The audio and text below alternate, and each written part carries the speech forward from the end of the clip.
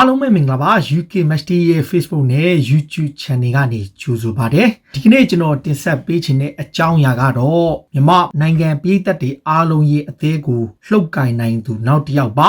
သူကတော့ Dave လို့ခေါ်တဲ့မြန်မာပြည်လက်ဝှေ့ချန်ပီယံတူလည်းဖြစ်တဲ့ပြီးတော့အမေရိကန်နိုင်ငံမှာကျင်းပတဲ့ရိုးရာလက်ဝှေ့ပြိုင်ပွဲကိုချန်ပီယံဖြစ်ထားသူပါသူကဟိုတနေ့ကအမေရိကန်နိုင်ငံသား Cyrus Washington နဲ့ထိုးတက်ခဲ့တဲ့ပွဲအပြီးမှာသူပြောခဲ့တဲ့စကားတခုကျွန်တော်အရန်သဘောကျတယ်အဲ့ဒါကဘာလဲဆိုတော့ကျွန်တော်ငငယ်ကအရန်ကြည့်ခဲ့တယ်အခုလဲကြည့်နေတော့ပဲနောက်လဲကြည့်အောင်မှာဖြစ်တဲ့2000ခုနှစ်ကာလကဒီ Oscar ဆုပါရခဲ့တဲ့ Gladiator လို့ခေါ်တဲ့ရောမကားတွေက Oscar ဆုပါရခဲ့တဲ့နာမည်ကျော်မင်းသား Russell Crowe ပြောခဲ့တဲ့စကားပါ Are you not entertainedသူပြောတာတော့ရှင်းရှင်းလေး Are you not entertained သူ့အနေနဲ့ Russell Crowe ပြောခဲ့တဲ့စကားဟာအရန်သဘောကျတယ်အခုချိန်ဒီရောကျွန်တော်ဘဝတစ်လျှောက်လုံးမှာအမြဲကျွန်တော်ကြည်ရတဲ့ကျွန်တော်အရန်သဘောကျတဲ့ Gladiator ကားတွေက Are you not entertained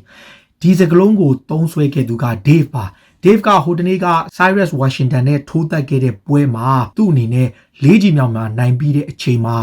မြန်မာနိုင်ငံကပရိသတ်တွေအတွက်မင်္ဂလာသတင်းကိုကြားစီခဲ့တာပါစနေနေ့မှာထိုးတက်တဲ့အမေရိကန်နိုင်ငံပွဲမှာအဲ့တုန်းက Sparta Entertainment Sports ကနေအဓိကပြသခဲ့တာပါ Pay-per view system ကိုလက်ဝှေ့လောကအထူးဖြင့်မြန်မာရိုးရာလက်ဝှေ့ tradition rules နဲ့ထိုးတက်တဲ့လက်ဝှေ့လောကရဲ့ပထမဆုံးပွဲမြန်မာနိုင်ငံမှာဖွဲ့စည်းထားတဲ့ World လက်ဝှေ့ Championship ကဦးဆောင်ပြီးကျင်းပတဲ့အမေရိကန်နိုင်ငံရဲ့ပထမဆုံးပွဲမှာ2016ခုနှစ်မှာမြန်မာနိုင်ငံကိုရောက်လာခဲ့ပြီးတော့မ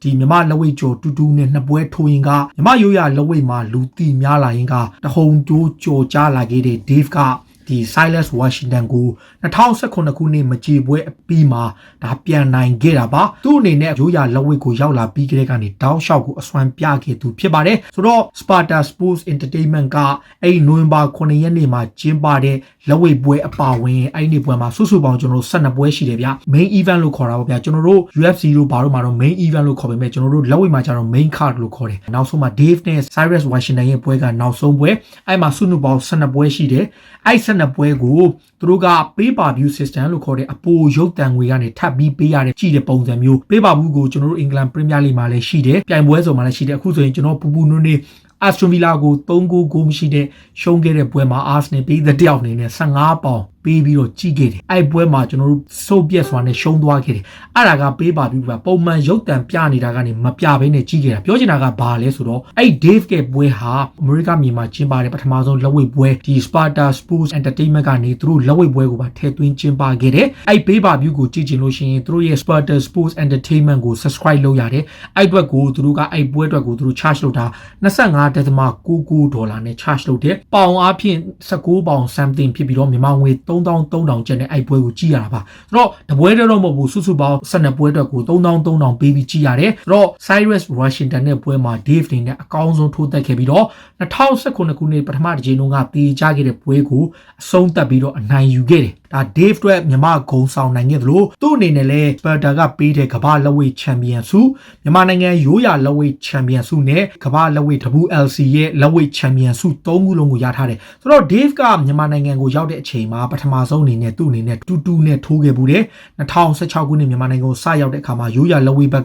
ဖိတ်ခေါ်လို့သူကတူတူနဲ့ထိုးတယ်နောက်အဲ့2016ခုနှစ်အောက်တိုဘာထဲမှာပဲထွန်းတွန်းမင်းနဲ့သူထပ်ထိုးခဲ့တယ်ထွန်းတွန်းမင်းနဲ့ထိုးပြီးတော့နှစ်ပွဲလုံး9ကြီးအပြည့်ရေကုန်ရင်ကန်းထိုးပြီးတော့ပြေးကြတယ်အဲ့ချိန်မှာပြည်သက်တွေစပြီးတော့သူတို့သတိထားမိတယ်။နောက်2016ခုနှစ်တည်းမှာပဲထွန်းထွန်းမင်းပေါ့အဲ့ချိန်က12လပိုင်းထင်တယ်ဒီဇင်ဘာလမှာထွန်းထွန်းမင်းနဲ့နောက်ထပ်မကြည်ပွဲတစ်ပွဲထပ်ထိုးတယ်။အဲ့ပွဲမှာတော့အဲကမ်ဘောဇာကနေကျင်းပတဲ့ပြိုင်ပွဲမှာသူအနိုင်ရသွားတယ်။ပြီးတော့မှဒီနယူးဇီလန်ကဖိုက်တာတွေနောက်ယူရီးယားကဖိုက်တာတွေနောက်ဒီ2019ခုတည်းရောက်တဲ့အခါမှာ Cyrus Washington ကမြန်မာနိုင်ငံကိုလာပြီးတော့ရန်ကုန်မြို့မှာပဲထိုးတက်တယ်။အဲ့ပွဲတုန်းကတော့9ကြီး2ကြီးကိုကြီးထိုးပြီးတော့တေချသွားတယ်။ပြီးတော့မှဒီပြင်သစ်ကဒီလက်ဝှေ့ချန်ပီယံတွေနောက်ထိုင်းရကောင်တွေနဲ့ထပ်ထိုးပြီးတော့2018ခုနှစ်တည်းမှာထွန်းတွန်းမင်းနဲ့နောက်ဆုံးချိန်ထိုးတယ်အဲ့ပွဲကတော့ draw ထပ်ဖြစ်သွားတယ်ဒီကြားထဲမှာကျွန်တော်တို့ WLC ရဲ့မြန်မာနိုင်ငံမန္တလေးမှာကျင်းပခဲ့တဲ့ပွဲမှာသူ့အနေနဲ့ဒီပိုလန်ကဖိုက်တာကိုနိုင်ပြီးတော့ဒုတိယအချီမှာကျွန်တော်မှတ်ရနှစ်ချီနဲ့35စက္ကန့်ထင်တယ်အဲ့မှာသူဒုတိယအချီမှာနိုင်ပြီးတော့သူရိုးရာလက်ဝှေ့ချန်ပီယံကပတ်ကိုဆက်ထိန်းထားနိုင်ပြီး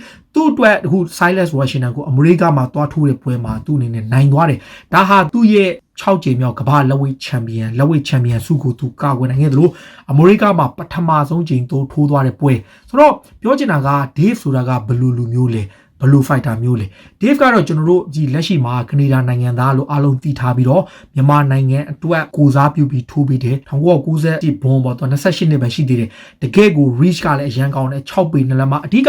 ကျွန်တော်ပြောမလဲသူ့ရဲ့ base ကဒူဘိုင်းမှာသူက base ချတာ resident ကဒူဘိုင်းဗျာအဓိကကျွန်တော်သူ့ကိုသဘောကျတဲ့အချက်ကဘယ်လိုဆိုလက်ဝိတ်လောကမှာဆိုရင်လူကြိုက်များတဲ့ legendary လက်ဝိတ်တဲက Mayweather လို့ပုံစံမျိုးဗျာသူက defense ကောင်းတယ်မလိုအပ်တဲ့နဲ့အမှတ်တွေသိမ့်မယူဘူးလူအပ်မှသူကထိုးတယ်တဖန်ကောင်းတယ်အရန်ကောင်တာပတ်တွေကောင်းတယ်ဟိုတနေ့က Cyrus မှာ Washington နဲ့ထိုးတဲ့ပွဲမှာဆိုရင်သူတောင်းနေပါတယ်တော်တော်ကောင်းနေဗျာတော်တော်သဘောကျတယ်အဓိကသူ့ရဲ့ reach ကအရန်ကောင်းတယ်လည်းပြတယ်6ပေ2လက်မှဆိုတော့သူ့ရဲ့ reach ကလည်းအရန်ကောင်းတယ်ဗျာလက်ဝိတ်ထိုးတဲ့တက်တန်းတစ်ချောင်းမှာတော်တော်လေးကောင်းတယ်ဗျာပေါင်မှာလည်းတတူးအပြည့်နေတော့တကယ်ကို fighter တယောက်ပဲသူကမြန်မာနိုင်ငံမှာအရန်ကိုကြော်ကြားပြီးတော့တကယ်ကို popular ဖြစ်တယ်ဘယ်လောက်ဆိုလဲဆိုသူ့ရဲ့ချစ်သူဖြစ်တဲ့သူနဲ့တော့မှသူမင်္ဂလာဆောင်တဲ့ခါမှာမြန်မာနိုင်ငံမှာ wedding လုပ်တဲ့အခါမှာသူ့ရဲ့ video ကိုတင်ခဲ့တာမှာတန်း30လောက်ကြီးတဲ့ထိရှိအဲ့လောက်ထိကိုသူက popular ဖြစ်တာဆိုတော့အခု Dave ကအခုမြန်မာနိုင်ငံမှာအခုရန်ကို popular ဖြစ်ပြီးတော့ကနေဒါနိုင်ငံသားမြန်မာနိုင်ငံအတွက်ကိုစားပြုပြီးထိုးနေတဲ့နှစ်နိုင်ငံကိုစားပြုထိုးပေးနေတဲ့ fighter တယောက်ပါအခုသူ့အနေနဲ့လက်ဝိတ်လောကမှာအထူးသဖြင့်မြန်မာရိုးရာလက်ဝိတ်ရဲ့ traditional လို့ခေါ်တဲ့ရိုးရာစီမင်းစီကံတိုင်းပေါ့ထိုးတတ်တာအခုထိုင်းကမွေထိုင်းနေပါဆိုရင်တို့ကခေါင်းနေပါမပါဘူးဒါပေမဲ့မြန်မာရိုးရာလက်ဝိတ်ကျတော့သူကခေါင်းနေပါတယ်သူ့မှာခေါင်းတောင်အဆုံးသူကအရန်ကျွေဝတယ်နောက်တစ်ခုကကျွန်တော်ပြောသလိုသူက clever ဖြစ်တာဗျထိုးတာကိုလူများတွေလို့ကျွန်တော်မြန်မာပြည်မှာထွန်းထွန်းမင်းတို့တွေးမရှောင်တို့လုံးချိုဒီ fighter တွေကအရန်တော်တယ်အရန်ကောင်းတယ်ဒါပေမဲ့သူတို့ကသူသေးကိုကြီးအသိလေးထိုးပြီးတော့အသေးအရန်ပါတယ်ဒါပေမဲ့ Dave ကျတော့ဒီလိုတိုက်မျိုးမဟုတ်ဘူး clever အရန်ဖြစ်တယ်မလိုအပ်ပဲနဲ့သူအနေနဲ့အများကြီး energy မသုံးဘူးလို့သူကအရန် clever ဖြစ်တယ်ဆိုတော့သူ့ကိုတောင်းတယုံကျွန်တော်ပြောမယ်လက်ဝိတ်ပွဲတစ်ပွဲမှာ Mayweather ကိုနိုင်ဖို့အရန်ခတ်တယ်ဘာကြောင့်လဲသူကသိပ် clever ဖြစ်လို့ nice နဲ့ကောင်းတယ်လို့ခေါ်တယ်ဗျာဒါဟာဘာလဲဆိုတော့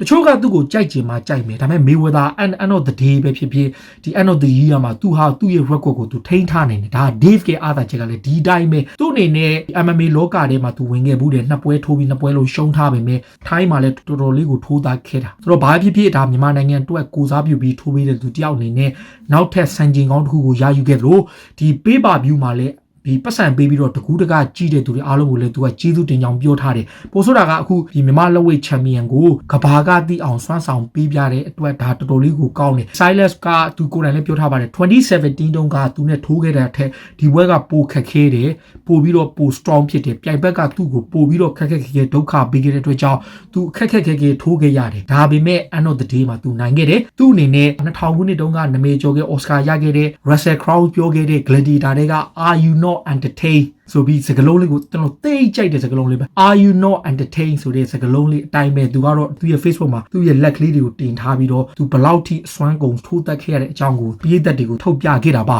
ဒါကကျွန်တော်တို့ရဲ့မြန်မာဂုံဆောင်ဖြစ်နောက်ထပ်သူရဲကောင်းတစ်ယောက်ဖြစ်တဲ့ Dave က Silas Washington ကိုနိုင်ပြီးတော့သူ့ရဲ့ပွဲအပြီးက reaction တွေအကြောင်းနဲ့သူဘာကြောင့်နိုင်ခဲ့လဲဒီပွဲတွေကဘယ်လိုကျင်းပခဲ့လဲဘယ်လိုပုံစံနဲ့လုပ်တာလဲဘာကြောင့်ရိုးရာလက်ဝိတ်ပြိုင်ပွဲတွေကိုကျင်းပတာလဲဆိုတဲ့အကြောင်းနောက်ပွဲပြီးမှာဒီမြန်မာရိုးရာဟန်ပန်လေးနဲ့အောင်ပွဲခံသွားတဲ့ပုံကိုပွဲကျင်းပတဲ့သူတွေရောဘာတွေရောကိုသူလုပ်ပြသွားတဲ့သဘောကျတယ်ဒါပြည်သက်တွေနေလည်းကြည်နေကြမှာပါဘာဖြစ်ဖြစ်ဒီကနေ့အစီအစဉ်ကိုဒီကြည့်ရှုအားပေးကြတဲ့ဘောလုံးချစ်ပြည်သက်တွေအားကစားပြည်သက်တွေအားလုံးကိုအထူးပဲကျေးဇူးတင်ကြောင်းပြောရင်းနဲ့ဒီကနေ့အစီအစဉ်ကနေအနှုတ်ဆက်ပါတယ်အားလုံးကိုကျေးဇူးတင်ပါဗျာ